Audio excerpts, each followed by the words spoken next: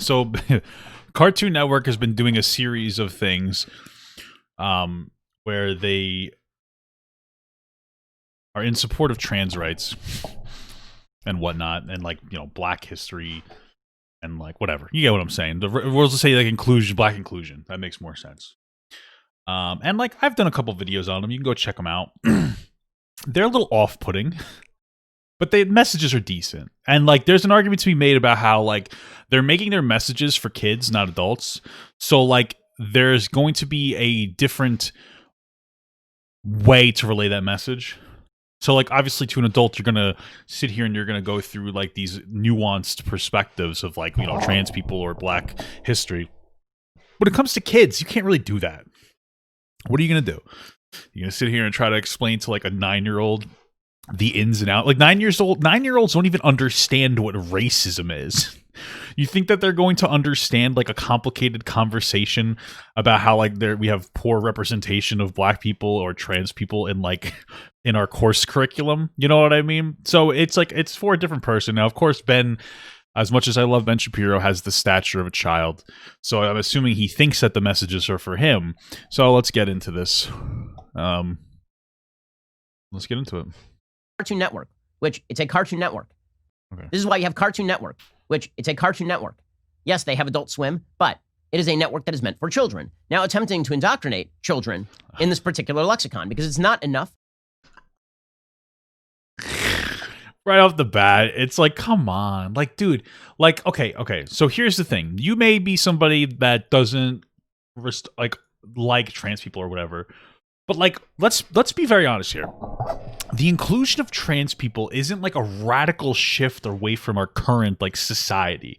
It's basically just opening up the door for people who don't identify with a particular gender to like have like levels of like, you know, positive like euphoria associated with new identities, and to be able to counterbalance their dysphoria for those who have gender dysphoria. It's not a huge thing. It's not going to crumble society. It's like a slight shift to the left, okay? And it's not like an indoctrination of like radical ideas to say like, hey, trans women are women and trans men are men. Like, what do we lose as a society by accepting that? And what we lose is like you blur the lines a little bit. So at worst, if you're a dude, you might bang somebody who used to be a dude. Not a big deal. It's okay. Now, of course, they should give you that information, but you get my point. Like, that's your worst case scenario. That's the worst case scenario. Okay? And for someone like Ben, like, obviously that destroys him. Because, like, if he ever slept with somebody, like, imagine his wife is a trans woman, he would have a fucking meltdown. The Gatherers just resubscribed. Thank you so much for the resub, The Gatherers. I really appreciate that. You understand what I'm saying? So let's take it down a notch with the rhetoric, okay? It's not that big of a deal. That they speak this language. It's that you have to speak the language too. In a sectarian war, you have to make sure that people know the rights and people know the rituals. And this is part of the rights and rituals, is adopting this sort of bizarre language and this bizarre philosophy of gender that nobody actually understands because it is utterly internally incoherent. No, it's not. I can explain it to you if you'd like to, Ben. But there's an irony here, okay? There's these conversations about talking about indoctrination of particular ideas that are just crazy and incoherent. I'm not trying to be rude. If you're religious, I respect you and your religious beliefs, but you were indoctrinated to believe those particular things. You were conditioned to believe those through education, in the same way that Cartoon Network is trying to condition people to understand the rights of trans people, right? Like we all have learned behaviors. It's not that crazy. And I respect your learned behavior as somebody who's religious. You may even be right. I'm agnostic. I don't know if there is or isn't a God, okay? But like, we can parallel these two, okay? And if you take a look at this from a capitalist perspective, if you're somebody who's okay with a business owner not making cakes for gay people because it's like their right to do what they want with their property or their business, well, this is what Cartoon Network's doing with their business. I don't know what to tell you, okay? If you think it's performative, I agree with that. It probably is performative, but I think it's well-intentioned. I don't think that it's toxic. I don't think it's going to kill society, at least not from what I've seen, but maybe Ben has something to show me. So Cartoon Network put out a If I had to be an atheist or a believer in God, which one? I would be a believer in God. Yeah. I was raised religiously. You could think that that's a logical or emotional take. I don't really care, but that's just kind of like how I would go. At least right now, it's so hard to really tell. It's tweet yesterday. Here's to not only normalizing gender pronouns, but respecting them okay. too. Whether you use Okay, so you know what we should do? This would be easier if we just I don't know what the hell it was. We just go to Cartoon Network. Because his like for some reason he has the blurriest fucking things I've ever seen. What do these people look like here? How old is this post? December 14th. Okay. Oh, it's right here. Okay. So here's what it is. All right. So it says, here's to not only normalizing gender pronouns, but respecting them too. Whether you use he, she, or them, or something, we acknowledge and love it. Okay. Again, I mentioned this before. If any adult wants to have like a nuanced, in-depth conversation about when someone should or shouldn't use pronouns or whatever, that's totally fine. But these are kids. Okay. Kids are dumb. We know kids are dumb. That's not a hot take. You can't give a kid overloaded information for them to like be able to take it in. So like, you know, I have my own reservations about people identifying as particular pronouns without like something like gender dysphoria. And I'm slowly learning and educating and trying to feel myself out here. But like when it comes to kids, if you had to say, hey, pronouns are good versus bad, I'm going to say they're good, right? I'm not going to tell a 9-year-old like, hey, I believe that you should respect people's gender pronouns, even if I don't believe that they're necessarily valid out of respect for those individuals, because, you know, you shouldn't, because one of the things I live by is you should never approach a trans person and be like, hey, are you trans? It's completely disrespectful. So because of that, you can never ask somebody if they have what I would consider a valid claim to their particular pronoun. And you don't understand what I'm saying? Like, how am I going to say that to a 9-year-old? I'm going to be like, if they're like, hey, dad, yes or no to they? I'm going to say, yeah, yes to they. That's all I'm going to say. That's it. This is for kids, Ben.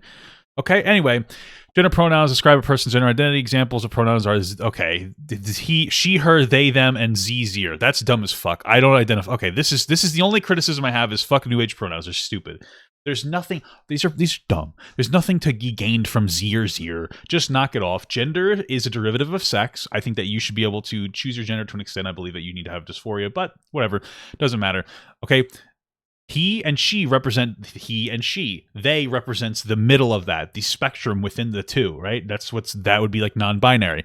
Unless somebody's telling me that maybe Z means like, okay, if we parallel this to biology where there's male female intersex, pseudo male intersex, and pseudo female intersex, if zir represented pseudo female intersex, then it would be valid to me. That's really all it needs. But zir is just like bullshit where it makes people feel good about themselves because they feel special. Okay, I don't care about zir unless, again, it specifically represents what I had just said. Okay, this one is, hey, my name is Cam. Of course it's Cam. Kill all men. My pronouns are they, them, whatever. Wow, I thought they were only he, she, or they. Okay, whatever. I'm Alex, they, them too. That's fine. I'm Chloe. My pronouns are describe my identity. She's cool. Thanks, y'all. This is actually pretty good. Okay, this is actually really good. Thanks for people with pronouns. We feel respected. Okay, this is cool because these two people are like, hey, we're non-binary. Use they, them, and this girl is like, oh, that's cool too. It's also, the pronouns that describe my identity are she, her. Cool. Like, it's like the girl's not being like brainwashed. She's not even being brainwashed. She's just like being introduced to a new concept. It's not like she's like, well, maybe I'm a they, them too. That would be a bit toxic for a kid to hear because like that could be weird because then you're kind of like you're blurring the lines here in the sense where it's like, I don't think people should identify outside of their sex unless like there's like an actual valid reason, whether it's gender dysphoria or euphoria. You understand what I'm saying? Anyway, this is fine. Hey, Stephanie, this is my friend Alex. Hey, Alex, I'm Stephanie. My pronouns are they, them.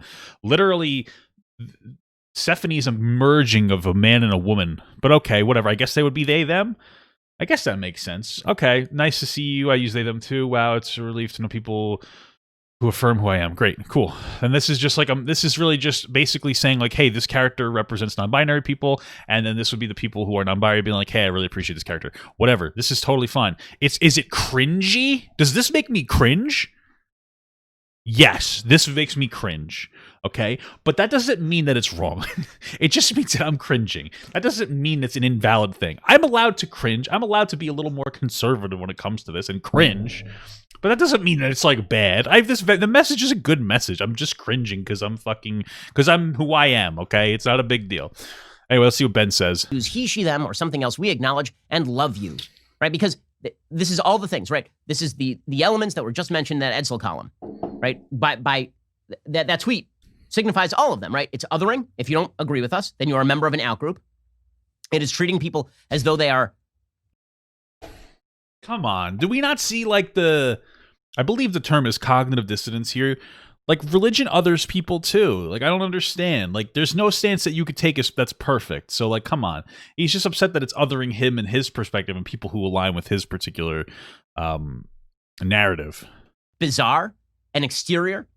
And it is moralizing. You are not loving and you are not good unless you use the sort of language that we want you to use, even if that language is actually counter to reality, counter to biology, and counter to the ability to communicate clear ideas. Well, also the idea is not really that unclear, but like they're not even like the message is like zero negativity. So like this doesn't even say if you don't agree with us, fuck you. It literally just says, hey, there's a space for everyone in a cringy way. But like this, you're going crazy, Ben. So they put out this tweet, and it has several graphics of cartoon characters. One cartoon character says gender pronouns describe a person's gender identity. We just read through these. Okay. Another one says examples of pronouns are she, her, they, them, and she, her. I think it's Z, zir. What the fuck were you doing, Ben? You can't even say them right. A third character says a lot of people are learning about gender. If you're comfortable, you can share your own gender pronouns. And then it says underneath gender pronouns. We can't tell someone's gender just by looking at them and shouldn't assume we. I didn't even see that. How the fuck? We can't tell someone's gender just by looking at them and shouldn't assume we know. There are many gender identities beyond girl or boy. Some don't identify as either gender. Okay, so I'm gonna give my take on this because there's a little bit of misinformation here.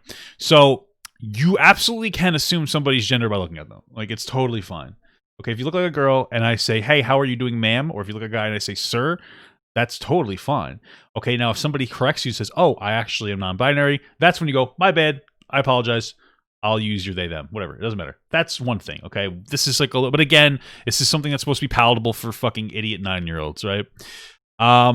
Anyway, maybe there's many gender identities beyond boy or girl. Again, there's a spectrum. It's fine that there's a spectrum. We talked about like the potential 5 before if you paralleled it to like, intersex and whatnot and pseudo-intersexes. But like I don't really see how you can identify as no gender. Like gender is literally a classification. So like how you can't identify as no gender. Like you have a gender. You could so you can't identify as no gender. Like that's just stupid. Okay, like you have a gender. It doesn't have to be boy or girl. It can be some kind of a variance in the middle. If you want to call it something specific where it's like, I don't know, 61% female, 39% male. Did I get the math right? Fine, whatever. But like, let's not go like how you can't identify as no gender. Like gender exists as a classification. Like, and it used to classify specifically sex. Now it basically classifies the way that you express yourself to society from a gender perspective. If you simply say, I don't like gender, I guess you could do that. You could say, well, I don't identify as you. I don't care. It really doesn't fucking matter. But you understand what I'm saying? Like at the end of the day, like you could just say, I don't identify with the gender, but you still like have a gender. Whatever. It's just like, it's not that big of a thing here. All right, I'm just going to ban you for that. So yeah. We know there are many gender identities beyond girl or boy. Some people don't identify as any gender. Okay, this is just indoctrination into nonsense because there is no biological basis to this. It is just semantic. There actually is like a somewhat. I never really go to the biological aspect of it, but there is a biological basis to this to some extent. Like I could argue there's no biological basis to religion. Like does that invalidate your religion? No, of course not. I would be an idiot if I thought that. But like there's like levels of biological, like you can grab some biology from here. Like I said before, like gender is a derivative of sex, and there are more than 2 sexes technically. We consider them as a society because people will write it off. As a society, we consider those mutations for sure. But outside of the fact that they're different and they're abnormal, that doesn't invalidate the existence of those individuals, right? You understand what I'm saying? Just because they're an outlier doesn't mean that we have to completely banish them from existence. And that's kind of what what accepting trans people is about. Non-banishment of people who are are relative outliers, right? We can play the line between like acceptance and pandering, and there are things to call out when it comes to pandering. I agree. I just did before with the Z-Zero, but like there's still a course there and there's still a message there that's very positive. Game playing, but it's not about actually making the world a better place. It's about in-group signaling that you are a member of the loving woke. Hey, that's what Cartoon Network is doing right there. And if the only point that I'll give him is that like, yeah, the Z-Zero thing takes it too far, and so does like the non-identifying with no gender.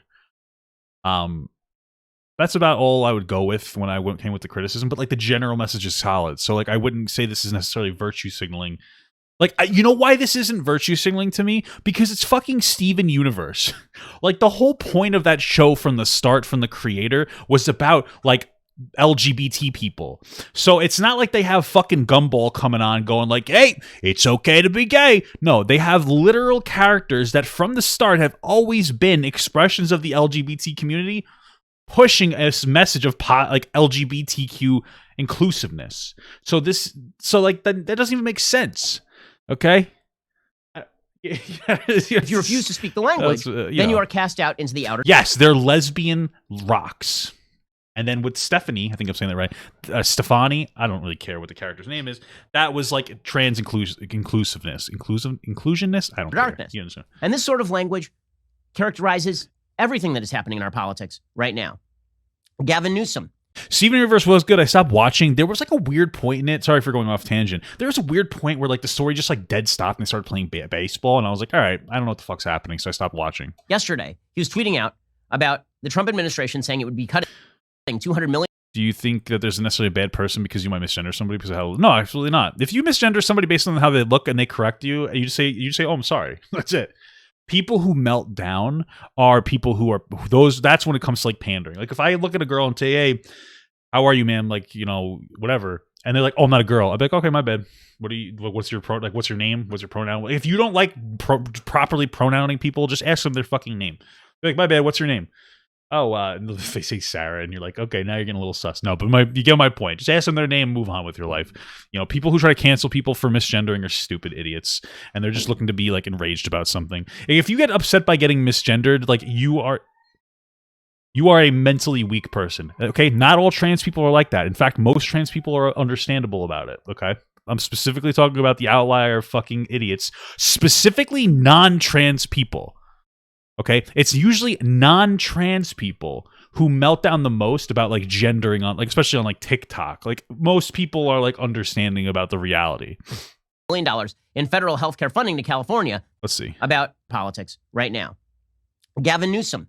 Yesterday, he was tweeting out about the Trump administration saying it would be cutting $200 million in federal healthcare funding to California because the state requires insurance providers to cover abortions, right? Which is a normal political issue. You'll see Democrats attempt to hold back funds based on pro-life positions. You'll see Republicans attempt to hold back funds based on anti-life positions. You couldn't say pro-choice. I was like, wow, Ben, this is going to be a really middle ground take. And he's like, non-life, not like pro-choice. Gavin Newsom's tweet. Nothing like the pro-life party eliminating healthcare during a global pandemic. California will survive without this dollars for now, but their frail, pathetic, patriarchal system they are so desperate to protect won't. Right? That is in-group signaling. I don't really know when he uses the word patriarchal, you might say to yourself, wait, Gavin Newsom is a dude, isn't he? Yes, he is. You might say, isn't he the governor of California? You know, the head of that system? Yes, he is. You might say, well, isn't that system, wasn't that created by men, the one that he's taking advantage of? Yes, it is. It's not about that. It's about signaling to everybody else he speaks the lingo. The lingo, again, that secret knock, the lingo is terms like patriarchal, terms like systemic injustice. Well, listen, okay, first and foremost, let's kind of dissect this patriarchal term. Okay.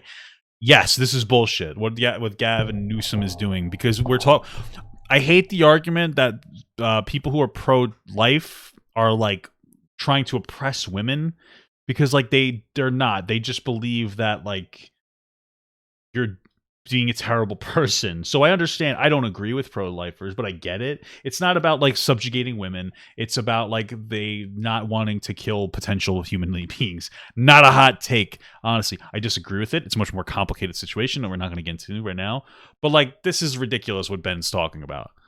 Terms like G-Jersey. Oh, and by the way, lingo is terms like patriarchal.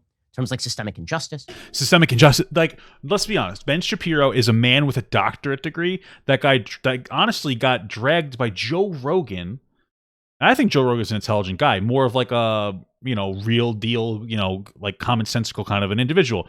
But he got dragged by Joe Rogan when it came to systemic oppression. So I don't understand how you still maintain this idea that like systemic racism doesn't exist. Like it's insane to me.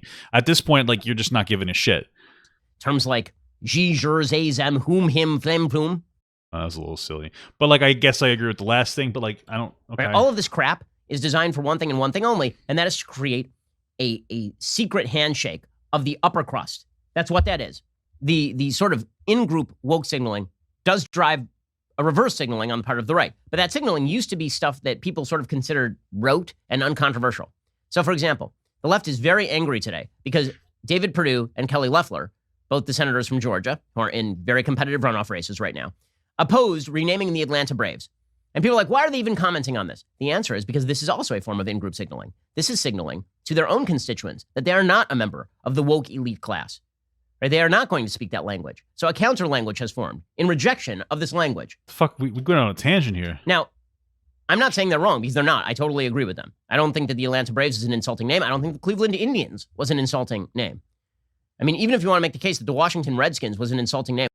So this is a Papa. I work with a trans. These fucking dogs. I work with a trans person, but they are only trans outside of work. And when I work with them every day, he is fully passable man, but female outside of work. As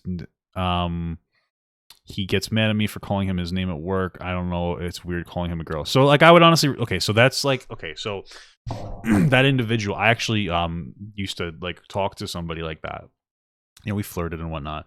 They just weren't really, it's a lot. It's very loaded. Okay, it's a hard situation for especially people who are very, they are very male identifying. They haven't really started any hormones or whatnot, and they have to hide it because they're afraid of like losing their job. So the only reason I'm not giving you too much shit for calling that person a man is because I'm assuming at work they want to be called a man to try to hide, but I would generally respect their pronouns and give that person a break. They're definitely in a much more like difficult situation. It's a situation that doesn't get talked about a lot by like LGBTQ people, which is fucking insane to me. But like, yeah, there's a huge issue of people who like are afraid to lose their jobs, so they like maintain their identification of their biological sex when they're at work, so that they don't get like ruined or canceled to some capacity or lose their job, and then they're like female outside of it. It's a very harsh game for them to play. It's mentally straining for them. So like, you don't have to be friends with that person, but I would urge you to respect that individual's identity in the way they want it to be. Whatever name they want to be called. It's a tough situation, man. It's hard. It's a hard thing to talk about. Which again is controversial, and I don't really agree with. Even if you want to make that case. Yeah, I don't know. Ben was talking about Cartoon Network. I don't know what the fuck he's talking about now. There's a world of separation between using the term Redskin and using the term Indians, Braves, or like Kansas City Chiefs, right? That you can see the difference on its face. 3 of those terms cannot even be construed as derogatory toward a particular group of people. Okay, but the idea here from Loeffler and Perdue is this is again. We're basically just like holding to names that particular groups don't like. I mean, okay, whatever. A form of in-group social signaling. It is saying that the wokes should not be able to take away sort of common items that we used to hold in common. So Loeffler and Perdue released a joint statement on Monday. They said not only are the Braves a Georgian institution with a history spanning 54 years in Atlanta, they're an American institution. The Braves name honors our nation's Native American heritage, which should not be erased. Under no circumstances should one of the most celebrated teams in sports cave to the demands of the cancel culture and the radical left. Only 20% of Georgia voters surveyed said they believe that the baseball team needs to change its name. More than 70% of voters say the name should be kept. That is one of the reasons why they are making that move. And that's one of the reasons they're saying this sort of stuff, because so much of our culture war is reliant on this linguistic semantic war. The language is one of the reasons why they are making that move. And that's one of the reasons they're saying this sort of stuff, because so much of our culture war is reliant on this linguistic semantic war. The language is reflective of the deeper culture war that is taking place. All right, well, that was a lot of rhetoric. Like, listen, I don't have a particular opinion on the changing of particular names of like sports teams. I don't, I imagine that there's a level of like racism associated with it. My biggest problem, and this is a problem I have with a lot of people, not just Ben Shapiro, is that like he's not even contextualizing the issues with the name. Like if he's not saying like, hey, listen, there are people from a particular group, like Native American people, who find it offensive that they have the name the Atlanta Braves and that they use some kind of like a tomahawk chop kind of a thing. It's like he doesn't say that. He's just like, oh, it's preposterous, ridiculous. You're not even trying to understand the perspective of some other person. You're just dismissing everything outright as like, violently, well, not violently, but as harshly as possible to fit your narrative, right? And that's what we try not to do here. I want to say thank you so much, guys, to all my Patreons, and a special shout out to my Papa XL Patreons. Without all you guys, I would just be some fat dude screaming into a microphone. So thank you so much, guys. Mwah. I love you all. I want Papa Gut to pee on my face, but just as a friend. There's nothing weird about that. I want him to pee on my face.